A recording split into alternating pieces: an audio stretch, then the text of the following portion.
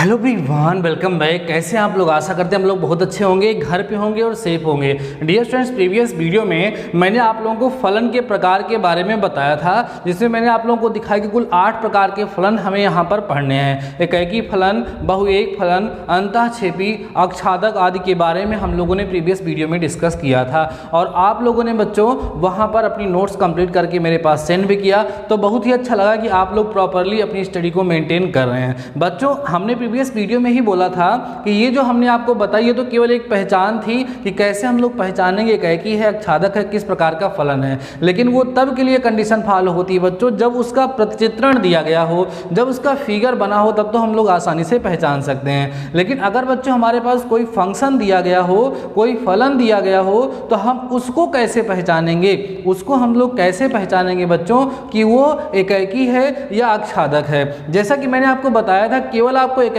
और अक्षादक सिद्ध करना सीख लेना है, बाकी सब अपने आप हो जाता है। क्योंकि अगर फंक्शन एकैकी नहीं होगा तो बहुएक हो जाएगा, अक्षादक नहीं होगा तो अंतःक्षेपी हो जाएगा। तो आज के इस वीडियो में मैं आपको सिखाने वाला हूं कैसे किसी दिए गए फंक्शन को हम लोग एकैकी सिद्ध करते हैं। ठीक है, आइए समझते हैं हम लोग बच्चों एकैकी कैसे सिद्ध किया जाएगा। कोई दिया गया फंक्शन एकैकी है या नहीं है, मीन्स 1 है या नहीं है, इस बात की जांच हम लोग कैसे करेंगे? पहले मैं आप लोगों को थ्योरेटिकली ऐसे समझाता हूँ, कॉन्सेप्ट को बताता हूँ किस तरीके से हम लोग प्रोसेस करते हैं, देन कुछ एग्जाम्पल भी करके दिखाएंगे और इसके पीछे लॉजिक क्या है ये भी मैं आपको सिखाऊंगा।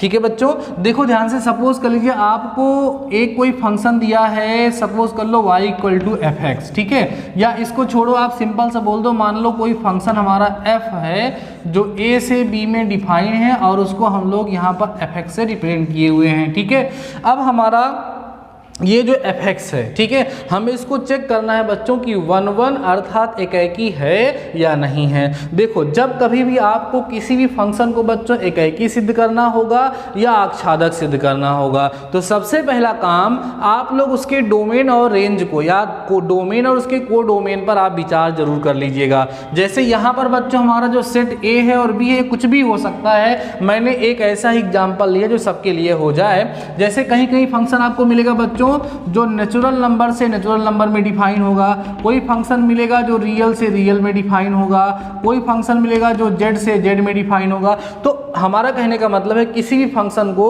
1 या ऑन2 प्रूफ करने से पहले या चेक करने से पहले उसका डोमेन आप लोग देख लेंगे और उसका जो को डोमेन है उसको भी देख लेंगे, तभी आप उसको अच्छे से चेक कर पाएंगे। क्योंकि कई सारे फंक्शन ऐसे हम आपको मिलेंगे जो नेचुरल नंबर के लिए बात करोगे तो ऑन2 मीन्स अक्षादक हो जाएंगे, या रियल नंबर के लिए बात करोगे तो हो जाएंगे, नेचुरल के नहीं होंगे। तो वो डिपेंड करता है कि वो कहां से कहां डिफाइन है, उसी के बेसिस पे हम लोग उसको चेक करते हैं। ठीक है ना, बातें समझ में आ रही होंगी आप लोगों को? तो ठीक है, हम आपको बताते हैं वर्किंग प्रोसेस क्या है।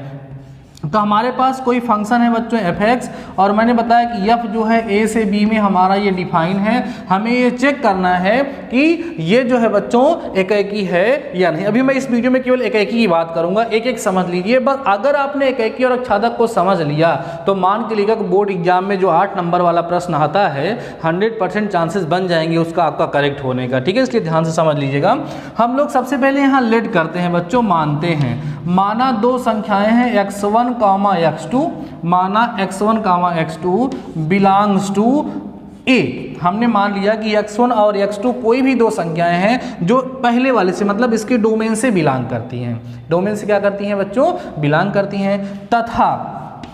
तथा fx1 बराबर fx2, मतलब समझिएगा बच्चों, मतलब समझिएगा, हमने क्या कहा, x1 और x2 2 अलग अलग मान ले लिया जो इसके डोमेन से बिलोंग कर रहा था, और हमने इस x1 पर और इस x2 पर इस फंक्शन की वैल्यू को क्या कर दिया, इक्वल कर दिया। ठीक है, अब इसको ऐसा करने के बाद बच्चों आप लोग इसको सॉल्व करते हो। क्या करते हो? सॉल्व। जो भी मैथमेटिकल रूल्स होते हैं, क्रॉस मल्टीप्लाई करना, जो कुछ भी आप लोग जानते हो उसका यूज करते हुए हम लोग इसको क्या करते हैं बच्चों, सॉल्व करते हैं। जब इसको हम लोग सॉल्व करते हैं, देन इसको करते करते इफ आपको ये मिल गया कि x1 = x2, ये लास्ट में अगर आपको मिल जाता है तो हम ये कह देते हैं कि फंक्शन एकैकी है। और अगर x1 = x2 नहीं मिला बच्चों तो हम कह देंगे कि फंक्शन एकैकी नहीं है, फलन हमारा एकैकी नहीं है। अब कहोगे सर ये कौन सा लॉजिक है, ये तो कुछ समझ में नहीं आया, ऐसे कैसे होता? देखो बच्चों, आपको समझाया गया कि एकैकी होता क्या है। ठीक है, जैसे मान लो फंक्शन ये आपका सेट ए है, सेट बी है, यहाँ पे कोई एलिमेंट है x1, यहाँ पर कोई एलिमेंट है x2, ठीक है। अब मान लो यहाँ पर fx1 इसका मान है, fx2 इसका मान है, ठीक है। हमने कहा कि ये fx1 और fx2 बराबर हैं, fx1 और fx2 बराबर हैं, तो अगर इसका इमेज इससे है, इसका इमेज इससे है, ठीक है, तब तो ठीक है, तब तो ठीक है। लेकिन अगर fx1 और fx2 बराबर हैं, तो अगर ये दो अलग अलग मान के लिए दोनों एक ही मान बराबर है, दो बार लिखने की जरूरत है नहीं, बात समझिए। जैसे fx1 और fx2 बराबर हैं, तो इसको हम दो बार लिखने की जरूरत क्या है भाई, क्यों लिखें इसको, हम लोग एक ही जगह लिख दें, fx1 लिख दें। तो अगर हमारा मान x1 के लिए भी fx1 आ रहा है, x2 के लिए भी fx1 आ रहा है, देखो मैंने बोला कि fx1 और fx2 जब बराबर हैं तो उसको हम एक ही जगह पर यहाँ पर लिख दें, उससे कोई फर्क पड़ने वाला नहीं है। तो हमने क्या कहा कि इस x1 के लिए और x2 के लिए जो मान हमारा fx का आ रहा है वो आपस में क्या है, बराबर है। अब बच्चों अगर इसके लिए और इसके लिए दोनों के लिए मान एक ही आएगा तो ये देखो बहुएक हो जाएगा, क्या हो जाएगा, बहुएक हो जाएगा। और जब बहुएक हो जाएगा तो कहेगी होगा नहीं, लेकिन ऐसा तो हो सकता है भाई जब x1 और x2 भी आपस में बराबर ही रहे होंगे, तब तो सिंपल सी बात है उनका मान आपस में बराबर होगा ही, नहीं समझे। जैसे मान लो fx इक्वल टू आप x ले लिए, ठीक है। अब मान लो f1 का मान आपने निकाला तो 1 आएगा, f1 का भी मान फिर निकाला तो फिर 1 आएगा। तो जब ये दोनों मान बराबर होंगे तभी ये दोनों बराबर होंगे, नहीं तो बराबर नहीं होंगे। हमने क्या किया, इन दोनों मानों को बराबर किया, माने जो फलन का मान था उन दोनों को बराबर किया, बराबर करके जब हल किया तो उसने कहा कि ऐसा संभव नहीं है, ऐसा तभी संभव है जब ये रखने वाले दोनों मान समान होंगे, तभी ऐसा संभव है। तो इसका मतलब ये है कि जब दो अलग अलग मानों के लिए फलन का एक ही मान नहीं मिल पा रहा है तो बहुएक नहीं होगा, क्या हो जाएगा, एकाकी हो जाएगा। बात समझ में आ रही है। अगर ये x1 x2 अलग अलग मान होते, जैसे ये अलग होता ये अलग होता और दोनों के लिए एक ही मान मिलता तो बहुएक हो जाता ना, लेकिन लास्ट में हमें क्या मिल जाता है कि नहीं वो अलग अलग नहीं है, वो तो जिस पर आपने फलन का मान बराबर किया था वो अलग अलग नहीं है, वो तो एक ही है, और जब एक ही है तो फलन का मान तो बराबर होना ही चाहिए था। समझ में आई बात ना। तो ऐसे ही आप लोग करेंगे। एक एग्जांपल लेकर के आपको दिखाते हैं। सपोज कर लो बच्चों हमारा एक फलन है जो नेचुरल नंबर से नेचुरल नंबर में डिफाइन है और लिखा है fx is equal to 2x, ठीक है। बहुत ही सिंपल सा एग्जाम्पल आपको लेकर के दिखा रहे हैं और हमें चेक करना है बच्चों कि ये हमारा दिया गया फंक्शन जो है वो क्या है, एकाकी है या नहीं है। तो सबसे पहले मैंने बोला कि आप इसके डोमेन पर ध्यान रखेंगे। अब नेचुरल नंबर का क्या मतलब है, 1 2 3 4 5 6 7 8 9 10 डॉट डॉट इनफाइनाइट तक नेचुरल नंबर की बात हुई है, उसमें दशमलव वाली संख्याएं नहीं आएंगी, उसमें भिन्नात्मक संख्याएं नहीं आएंगी। तो हम लोग कैसे करेंगे, देखो सबसे पहले हम मान लेंगे, माना x1, x2 belongs to n, समझ में आ रहा है, तथा fx1 बराबर fx2 हम लोग बच्चों कर देंगे। हमने मान लिया कि x1 और x2 दो संख्याएं हैं जो इसके डोमेन से बिलोंग करते हैं और इन दोनों अलग अलग मानों के लिए फंक्शन का एक ही मान आ रहा है। मतलब हम जबरदस्ती इसको बहुएक दिखाने का प्रयास कर रहे हैं, लेकिन अगर ऐसा होगा नहीं तो हम दिखा नहीं पाएंगे, तब बाद में आ जाएगा ना कि x1 x2 बराबर हैं जो आपने अलग अलग मान ले लिया है। अब सुनो, देखो बच्चों जैसे fx बराबर पहले आपको जैसे 2x दिया हो और आपको f2 का मान निकालना है, जहाँ x है वहीं क्या रख दोगे आप बताओ, 2 रख दोगे ना, तो मान 4 आ जाएगा। वैसे ही जब आपका fx1 का मान निकालना है, जहां जहां x वहां क्या रख दोगे, x1, तो आपको यहां से क्या मिलेगा, 2x1 बराबर बच्चों कितना मिलेगा, 2x2 मिल जाएगा। बात समझ में आ रही है। अब देखो 2 से 2 बच्चों क्या हुआ, कट गया, तो x1 बराबर क्या मिल जाएगा आपको, x2 मिल जाएगा। जब हमने fx1 का मान fx2 के बराबर किया तो हमें x1 बराबर x2 मिल गया। बस इतने से आप कह देंगे, अर्थात दिया गया फलन क्या है बच्चों, एकाएक है या एकाकी है। ठीक है, बात समझ में आ रही है। अब सुनो कोई और एग्जांपल लेते हैं। सपोज कर लो बच्चों हमने बोला कि यहाँ पर एक फंक्शन है fx, ठीक है, जो 1/x से डिफाइन है और हमारा जो फंक्शन है बच्चों वो मान लो रियल नंबर से रियल नंबर में यहाँ पर डिफाइन किया गया है और आपसे पूछ रहा है कि भाई चेक करो कि एकाकी है या नहीं है। तो आप क्या करोगे, सबसे पहले मानोगे, माना x1, x2 बिलोंग्स टू कहाँ बच्चों, R से बोलेंगे, तथा साथ ही साथ क्या कर दोगे आप बच्चों, fx1 बराबर क्या लिख दोगे, fx2 लिख दोगे। ठीक है, अब जहाँ जहाँ x है वहाँ वहाँ क्या रखना है, x1 रखना है। तो क्या हो जाएगा, 1/x1 is equal to 1/x2, उल्टा कर दो इसको तो आपको मिल गया x1 बराबर x2। इसका मतलब ये दिया गया फंक्शन भी बच्चों क्या है, एक एकाकी फंक्शन है। बातें समझ में आ रही होंगी आप लोगों को, काफ़ी हद तक कॉन्सेप्ट आपको समझ में आ गया होगा। तो अभी आप लोग अपनी नोट्स में कैसे लिखेंगे कि वर्क का वर्किंग रूल क्या है, आप बोल देंगे सपोज कर लीजिए एक फंक्शन या फिर आप लिखेगा यदि कोई फलन f a to b, ठीक है, इस fx इस प्रकार है, ठीक है, इस प्रकार परिभाषित है, तो यदि x1 comma x2 belongs to क्या a बोल देंगे, तथा fx1 बराबर fx2 करने पर बाद में आपको x1 बराबर x2 मिल जाता है, तो आप बोल दोगे कि दिया गया फंक्शन जो है वह क्या की है। अपने अकॉर्डिंग आपको इसको लिख लेना है, क्योंकि ये कभी लिखने के लिए नहीं आएगा, ये वर्किंग प्रोसेस है जो आपको हमेशा अपने माइंड में सेट करके रखना है। तो बच्चों अभी आप वीडियो को पास करो, इन एग्जाम्पल को नोट करो, फिर मैं कुछ और भी अच्छे एग्जाम्पल देता हूँ जिसकी हेल्प से आपको लगेगा कि हाँ डोमेन पर और को डोमेन पर ध्यान देना बहुत ही जरूरी है। Before that pass the video and note down. अब आइए बच्चों कुछ और एग्जाम्पल लेकर के आपको दिखाते हैं जो एकाएकी ना हो, क्योंकि जो भी एग्जाम्पल अभी हमने आपके सामने रिप्रेजेंट किया वो सारे के सारे एग्जाम्पल एकाएकी को रिप्रेजेंट कर रहे थे। उसके पहले एक छोटी सी बात बताएंगे बच्चों, जैसे कहीं पर अंडर रूट जो है, जैसे मतलब अंडर रूट 4 लिखा है सपोज करो बच्चों, तो इसका मान हमेशा +2 होगा, याद रखिएगा फंक्शन के केस में। लेकिन बच्चों अगर x² इक्वल टू ऐसे 4 लिखा है तो x की वैल्यू निकालोगे तो अंडर रूट 4 बनेगा, लेकिन यहाँ पर x की वैल्यू +-2 आएगी, ध्यान रखिएगा।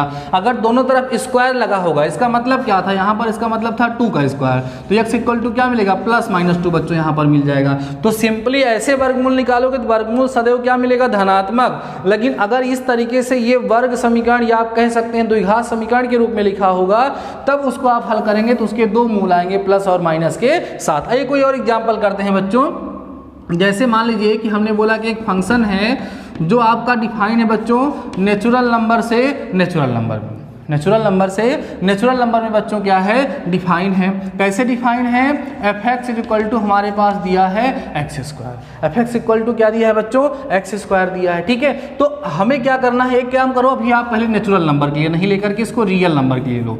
हमारा जो फंक्शन r है वो r से r में डिफाइन, हमारा जो फंक्शन f है जो r से r में डिफाइन है, और कैसे डिफाइन है, fx इक्वल टू x²। हमें इसका चेक करना है कि एकाएकी है या नहीं है। तो कैसे करेंगे, देखो ध्यान से, कहेंगे माना x1 comma x2 belongs to क्या बोलेंगे बच्चों, r माने रियल नंबर। अब रियल नंबर में पॉजिटिव, नेगेटिव, भिन्नात्मक, दशमलव वाली सारी संख्याएं आ गई, इसको ध्यान रखिए आप लोग, ठीक है।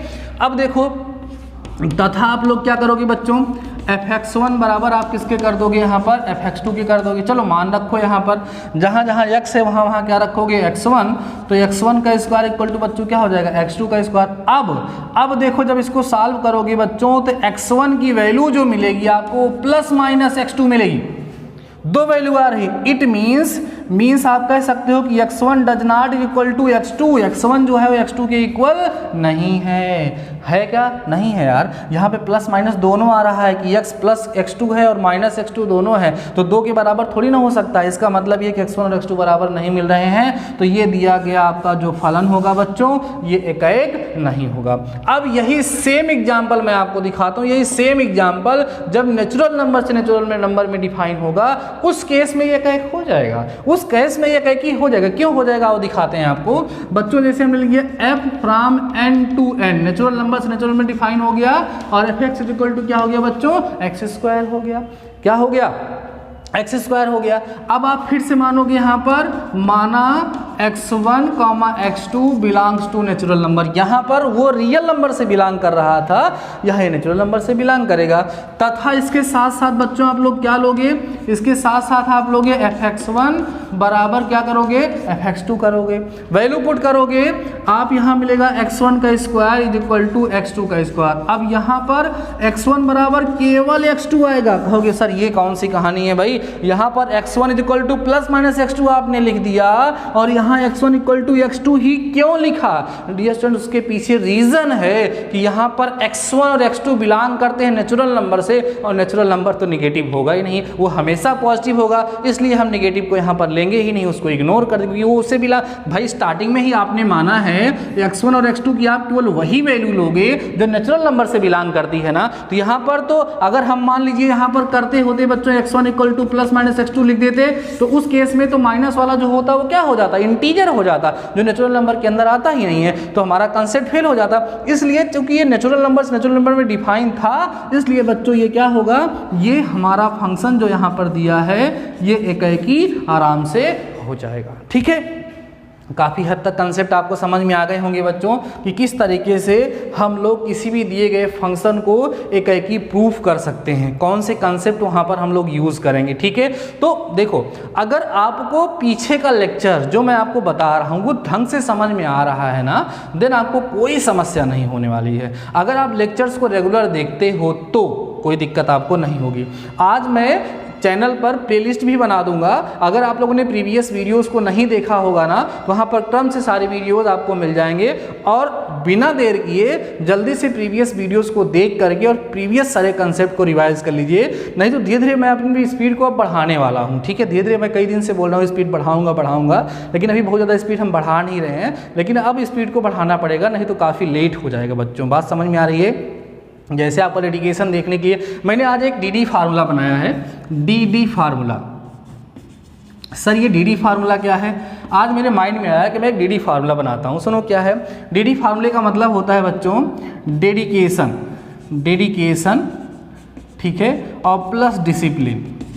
हमारे बच्चों के अंदर, डीडी सर के बच्चों के अंदर ये दो प्रॉपर्टी होनी बहुत ज़रूरी है। कौन कौन सी? डेडिकेशन और डिसिप्लिन। ठीक है, डिसिप्लिन में भी रहना, ठीक है, बहुत ही ज़रूरी है, और डेडिकेशन भी होना बहुत ज़रूरी है अपने सब्जेक्ट को जाने के लिए, क्योंकि अगर आपके अंदर डेडिकेशन नहीं होगा तो फिर मज़ा नहीं आती है पढ़ने में ना। तो डीडी फार्मूले को यूज़ करिए, डेडिकेशन प्लस डिसिप्लिन, देन हम लोग अपने आप को और अच्छे प्रोग्रेस कर पे लेके जा सकते हैं, हमारा फ्यूचर और भी अच्छा बन सकता है। तो ठीक है बच्चों, आज के इस वीडियो में मैंने आपको एकाएकी सिद्ध करने का तरीका बता दिया है। आपके बुक में जो एग्जाम्पल है या जो क्वेश्चंस दिए गए एक्सरसाइज में, वहाँ पर एकाएकी एक छात्रक दोनों सिद्ध करना होगा, लेकिन अभी आप एकाएकी सिद्ध कर लीजिए और सिद्ध करके मेरे पास भेज दीजिए। देखते हैं आप लोग कितने हद तक उसको समझ पा रहे हैं। तो ठीक बच्चों, आज के इस वीडियो में बस इतना ही। घर पे रहिए, शानदार रहिए, पढ़ते रहिए और वीडियो में प्रेजेंट जरूर करिए। मिलते हैं नेक्स्ट वीडियो के साथ, तब तक अपना ख्याल रखिए।